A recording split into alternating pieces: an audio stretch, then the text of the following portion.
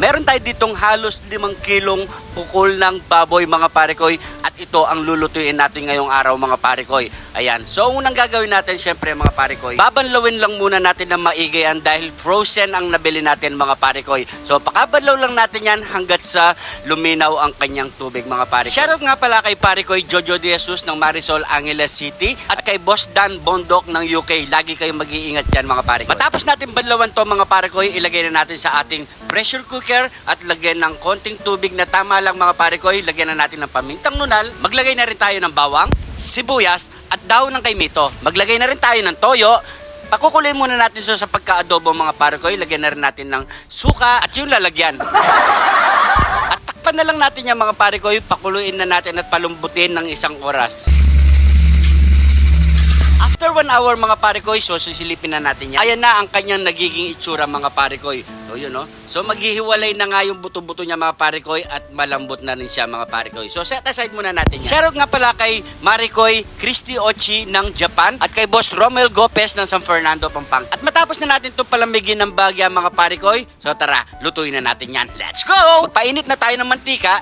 Ilagay na ang bawang, sibuyas, at syempre di mawawala ang ating kidlat ni Jun TV. You know? At kapag lumabas na ang kanyang aroma sa pagkigisa natin mga pare koy, ilagay na natin yung ating pinalambot na pukol ng baboy. Halo-haloy lang natin ang dahan-dahan yan mga pare koy. Maglagay tayo uli ng pamintang nunal, oyster sauce, palinamnam. Syempre, pampalasa.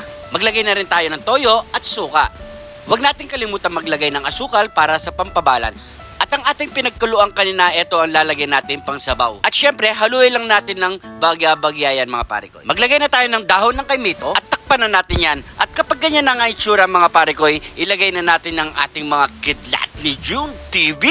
You know, yaman akin sakin!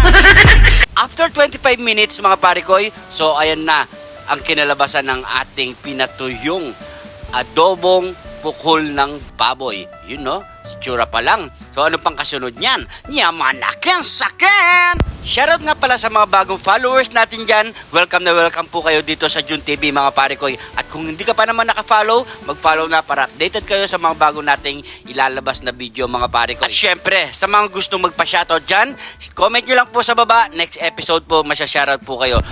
Ayan mga pare koy. So sabihin nyo na rin akong kumain mga pare koy. Kain po tayo. Let's go! Pray muna tayo syempre. Thank you Lord sa napakasarap na pagkain nito Lord. Bless po yung viewers namin Lord. Bless po yung sumusuporta sa amin Lord. Bless po yung family kalusugan namin Lord. In Jesus name, Amen. So yan po, kain po tayo mga pare koy. Sa mga kapare koy natin dyan, huwag po natin kalimutan i-share ang video na to kapag nagustuhan nyo mga pare koy para mas marami pa makapanood. At syempre, pakishare na rin po sa ating family and friend mga pare koy. At kung napadpad ka naman sa parte ng video na to, paki-comment lang po kung saan umabot ang ating video para alam natin mga pare. So yan mga pare koy, kain muna tayo mga pare koy. Grabe, napakasarap. Pwedeng uulam at sa pulutan. Yun no, lalong-lalo na pag manghang mga pare koy, mapaparami ka talaga ng kanin mga pare koy. Siguro hanggang dito na lang po ang ating video. Maraming salamat po. Try nyo po, napakasarap mga pare koy. Maraming salamat po sa panonood. At sa mga OFW natin dyan, lagi po kayong mag-iingat dyan mga pare koy. Ingat po kayo lagi dyan. God bless po.